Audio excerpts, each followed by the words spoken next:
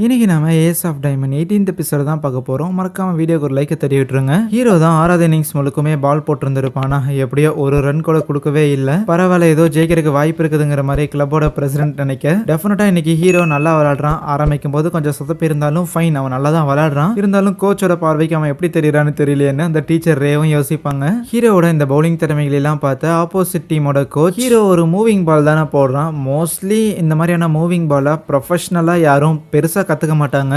ஆனா சொல்லித்தரக்கு ஆளுங்க இல்லாம ஒருத்தன் சுயமாவே பால் போடுறதுக்காக கத்துக்கிறானா, அந்த மாதிரியான நபர்கள் இப்படிதான் பால் போடுவானுங்க. என்னோட டீம்ல இருக்கிற எல்லா பசங்களுமே மிஷின்ல இருந்து வர பால் அடிச்சு தான் பிராக்டிஸ் பண்ணியிருக்காங்க. ஸோ அப்படிப்பட்ட என் பசங்களுக்கு கண்டிப்பா இந்த பையன் போடுற பால் என் பசங்களை திணறடிக்க செய்ய தான் செய்யுங்கிறத அவர் உணர்றாரு. டெஃபினட்டா இந்த சைடோ ஸ்கூலோட ஒரு சீக்ரெட் வெப்பனா ஹீரோ தான் இருப்பாங்கிற மாதிரி அவர் நினைக்கிறாரு. ஸோ இப்போ நம்ம பசங்க தானே பேட்டிங் பிடிச்சிட்டு இருக்கிறாங்க. பேட்டிங் பிடிக்கிறதுக்காக நம்ம கேப்டன் வந்திருப்பான், டெட்ஸ் இறங்கி இருந்திருப்பானா. அதுவே டக்அவுட்ஸ்ல வந்திருக்க ஹீரோக்கு பாடங்கள் எடுத்துக்கொண்டு இருப்பான். ஒரே நேரத்தில் 2 அவுட் சைமல்டேனியஸா எடுத்து வந்திருப்பான்ல. ஸோ அதுவுமே லைக் ஒரு மாதிரி ஃப்ளூக்கு மட்டும்தான், உன்னால திருப்பியில அதை பண்ண முடியாது.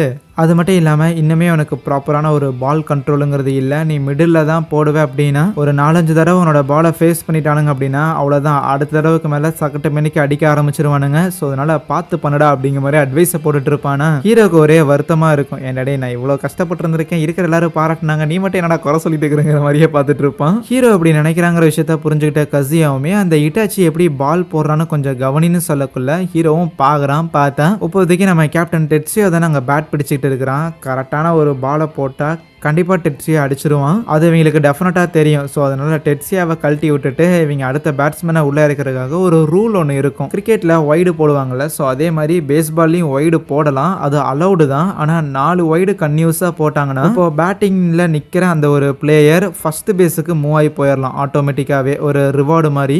டெட்ஸியா மாதிரி பயங்கர பவர்ஃபுல்லான ஒரு பிளேயர் கிட்ட அவங்க இதை ஒரு ஸ்ட்ராட்டஜி மாதிரி யூஸ் பண்றாங்க. 4 பால் வேணும்னே வெளியில போற மாதிரி போட்டு டெட்ஸியாவை ஃபர்ஸ்ட் பேஸுக்கு முன்னாடி வைக்கிறான். ஸோ டெட்ஸியாக்கு அடுத்ததாக நம்ம மசுகோ பேட்டிங் பிடிக்க வரானா. ஆனா இன்னைக்கு மசுகோக்கு என்னாச்சுன்னு தெரியல, ஒன்னா கேட்ச் அவுட் கொடுத்துறான், இல்லைன்னா அவன் பாட்டுக்கு ஃபவுல் அடிச்சுட்டு போயிட்டு இருக்கிறான். ஸோ இப்போ மசுகோ அவுட் ஆன காரணத்தால கசியா களத்துல இறங்குறதா இருக்கும். இவ்வளவு நேரமா ஹீரோக்கு அட்வைஸை போட்டுட்டு இருந்தான்ல, என்னடா புரிஞ்சு அப்படின்னு சொல்லிட்டு கசியா அங்க மேட்சுக்காக போவானா.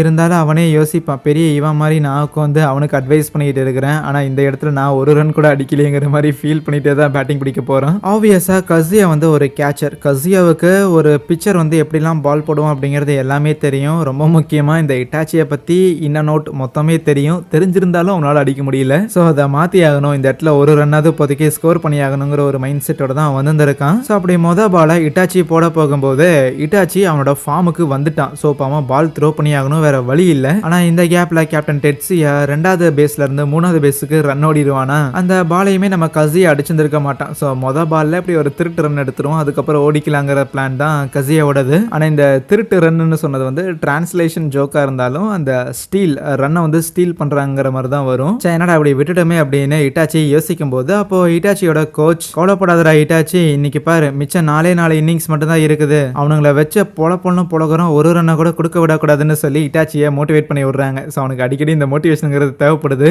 ஆனா அன்பார்ச்சுனேட்லி இட்டாச்சி ஓவர் கான்ஃபிடன்ஸ்ல போட்ட அடுத்த பால கரெக்டா கசியா டைமிங் பண்ணி அடிச்சிடறான். அதனாலேயே கசியா இன்னும் அடுத்த 2 பேஸ் முன்னேறி போயிருவானா. ஸோ அதுக்கப்புறம் சிராசு அப்படின்னு சொல்லி ஒரு சீனியர் பேட் பிடிக்கிறதுக்காக வருவானா. இந்த தடவை இட்டாச்சி விடல, அவனை ரன் அவுட் ஆக்கிடுறான். ஸோ அடுத்ததாக நம்ம ஹீரோ பையனை களத்தில் இறக்கி விடுறாங்க. ஆனா பாலை பார்த்து ஆடுடா அப்படின்னு கசியா சொல்றக்குள்ளேயே ஹீரோ அங்கே அவுட் ஆயிடுறான். 3 பால்ல 1 கூட தொடக்கூட இல்லை. அடுத்தது 7வது இன்னிங்ஸுக்கு ஹீரோ தானே பால் போட்டாகணும், அப்படி ஸ்ட்ரைக் அவுட் ஆயிட்டமே அப்படின்னு சொல்லி ஹீரோ கடுப்புல இருக்கும்போது கசியா அவனை காம் பண்ண சொல்றான். எவ்வாறு நீ ஒன்றும் பேட்டர் கிடையாது, ஸோ அதனால நீ பேட்டிங்ல சொதப்பினதெல்லாம் கொண்டு பவுலிங்ல மிக்ஸ் பண்ணிக்கிட்டு இருக்காத, பவுலிங்கில் நீ எப்போ போல பெர்ஃபார்ம் பண்ணு, பேட்டிங் வேற பவுலிங் வேற, 2 எமோஷனையும் மிக்ஸ் பண்ணிடாத அப்படின்னு வார்ன் பண்ணி தான் ஹீரோவை போட சொல்கிறான். ஆப்போனன்ட் டீம்ல இருந்து பேட் பிடிக்கிறதுக்காக ஒரு பையன் நிற்பான்ல, ஸோ அவன் கொஞ்சம் பின்னாடி நிற்காம முன்னாடியில் போய் நிற்கிறானா. இதை பார்க்கும்போது கசியாக்கு லைட்டாக டவுட் வருது, ஒருவேளை ஹீரோ போடுற பால்ல இருக்கிற தப்பை அவனுங்க கண்டுபிடிச்சிட்டானுங்களோன்னு. ஆமா, ஆப்போனன்ட் டீமோட கோச் கண்டுபிடிச்சிட்டாரு. அவர் நினைப்பாரு என்னதான் ஹீரோ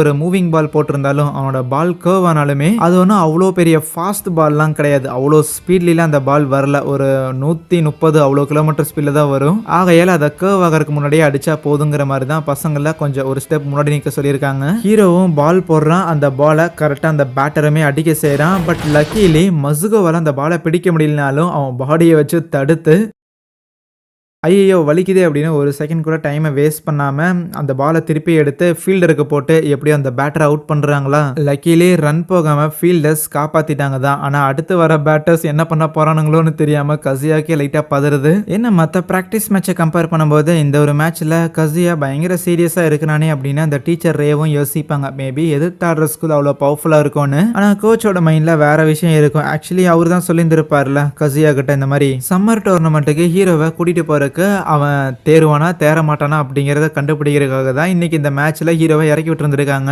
முடிஞ்ச அளவுக்கு ஹீரோ கிட்ட இருக்கிற திறமைகளை புளிஞ்சு வெளியே கொண்டு வர வேண்டியது கசியாவோட வேலை. அதைத்தான் பண்றான் அப்படிங்கிற மாதிரி எதிர்பார்த்தா ஹீரோவும் பால் போடுறான். அண்ட் கசியாவோட மைண்ட்ல இந்த பால் வேகம் பத்தாதரா அப்படின்னு நினைக்கிறான். நினைச்ச மாதிரி அந்த இடத்துல பால் அடிக்கிறாங்க, ஸ்கோர் பண்றாங்க. முடிஞ்ச அளவுக்கு அந்த இடத்துல ஹீரோ அதிகமான ரன் கொடுக்காததுக்கு காரணம் ஸ்டில் அங்க பாலை காப்பாத்திட்டு இருக்கிற ஃபீல்டர்ஸ் தான். அப்போ கசியா ஒரு டைம் அவுட் கேட்டுட்டு நேரா ஹீரோ கிட்ட வந்து இங்க பாடுறா தம்பி, நான் இன்சைட்ல போடு உள்ள போடு ஸ்ட்ரைக் அவுட் பண்றதுக்காக போடுற அப்படின்னு சொன்னா நீ அப்படி போட மாட்டேங்கிற. சரி விட உன்னால அப்படி போட முடியாது, உனக்குலாம் அவ்வளவு திறமை இல்ல போல, நான் தான் தேவையில்லாம உங்ககிட்ட இருந்து அதெல்லாம் எதிர்பார்த்துட்டேன் அப்படிங்கிற மாதிரி ஹீரோவை ட்ரிகர் பண்ணக்குள்ள இரியா நான் போடுறேன் அப்படிங்கிற மாதிரி ஹீரோ கெஞ்சிக்கிட்டு இருப்பான். சரி போட்டேன்னா பாப்போம் அப்படின்னு கசியா ஹீரோவை நக்கல் பண்ணிட்டு இருக்கும் போது ஹீரோவால கசியாவை சுத்தமா புரிஞ்சுக்கவே முடியல. ஏன்னா ஹீரோ ஒரு முட்டா பீஸ், அது ஒரு பக்கம் வச்சுக்கோங்க. இருந்தாலும் கசியா அப்படி நக்கலா பேசுறது லைக் ஒரு மாதிரி திமிரா பேசுறது இது எதுவுமே வந்து ஹீரோக்கு பிடிக்கல. அப்படின்னாலும் இந்த ஸ்கூல்ல ஹீரோ சேர்ந்ததுக்கான காரணமே கசியா கூட சேர்ந்து ஆடணும் அப்படிங்கிற அந்த ஒரு ரீசன் தான். கசியா என்னோட திறமையை அக்னாலேஜ் பண்ணணும், அவன் என்னோட பாலை பிடிக்கணும் அப்படிங்கிற காரணம் தான். என்னாலேயே புரிஞ்சிக்க முடியலன்னு யோசிச்சவனும் அதுக்கப்புறம் ஒரு பால் அங்க வீச அது ஸ்ட்ரைக் ஆகுது. பட் அப்படியே சீன் கட் பண்ணா ஈவினிங் பசங்க தோத்து போயிட்டானுங்க. இப்போ விசிட்டிங்க்கு வந்த பசங்க தான் ஜெயிச்சிருக்கானுங்களா. சரி கிளம்புறானுங்கல்ல. ஆப்வியஸா மேட்ச் முடிஞ்சதுக்கு அப்புறம் எல்லாரும் தெரிஞ்சவனுங்க தான். சும்மா அப்படியே பேசிட்டு இருக்கும் போது அந்த இட்டாச்சிங்கிற பையன் முதல்ல போய் பஸ்ல உட்காந்துக்கிட்டான் போல. ஸோ பஸ்ஸுக்குள்ள உட்காந்து நம்ம ஹீரோ கிட்ட சொல்லுவான், நம்ம ஹீரோ அண்ட் சட்டோரோ ரெண்டு பேருக்கிட்டையுமே தான் இந்த மாதிரி நீங்க ரெண்டு பேரும் நல்லா விளாண்டீங்க, இன்னும் பெட்டரா ஹார்ட் ஒர்க் பண்ணுங்க அப்படிங்கிற மாதிரி. அதுவே கோச்சுங்க ரெண்டு பேரும் பேசிக்கிட்டு இருக்கும்போது ஆப்போனன்ட் டீமோட கோச் சொல்லுவார், இந்த மாதிரி ஆக்சுவலி இந்த வருஷம் உங்களுக்கு லக்கி போல, ரெண்டு வித்தியாசமான ஸ்டைல்ல பால் போடுற பசங்க உங்களுக்கு ஒரே வருஷத்துல கிடைச்சிருந்திருக்காங்க. அருமையோ அருமை. அதுலயும் ரொம்ப முக்கியமா அந்த ரெண்டாவது ஒரு பையன் போட்டுட்டு இருந்தான் பார்த்தியா, ஸோ அந்த ஒரு பையன் டெஃபினட்டா அவன்கிட்ட நிறைய திறமைகள் இருக்குது, அதை இன்னுமே கொஞ்சம் நீங்க ஷார்பன் பண்ணணும் அப்படிங்கிற மாதிரி சொல்றாரு. பண்ணினீங்கன்னா ஒரு சீக்ரெட் வெப்பனா இருப்பான்னு. ஸோ அந்த கோச் இப்படி சொல்றதை கேட்கும் போது நம்ம டீச்சர் ரேக்கு ஒரே சந்தோஷம். ஏன்னா இந்த ஒரு ப்ரீஃபெக்சர் இவங்க இருக்கிற அந்த ஜோன்லயே வந்து இந்த ஒரு கோச் பயங்கர பெரிய ஒரு கோச். ஸோ அவரே ஹீரோக்கு திறமை இருக்கு அப்படின்னு அக்செப்ட் பண்ணிக்கிறாங்கன்னா அப்போ ஓகே உண்மையிலே ஹீரோக்கு திறமை இருக்கு, நம்ம சாய்ஸும் தப்பு இல்லைங்கிற மாதிரி நினைக்கிறாங்க. அது மட்டும் இல்லாம ரொம்ப முக்கியமா ஹீரோ 4 இன்னிங்ஸ் போட்டுருந்துருப்பானா, 4 இன்னிங்ஸ்லயும் சேர்த்தியே அவன் மொத்தமா 3 ரன் தான் கொடுத்துருப்பான்.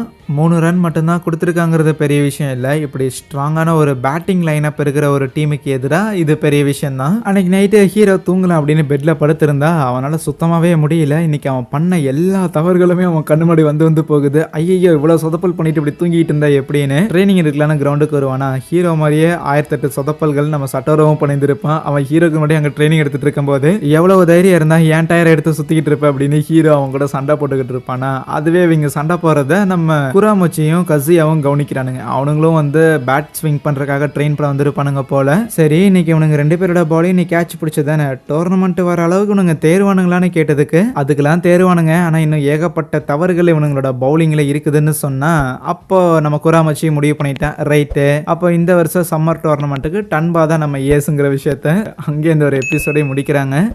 சரி தேங்க்யூ.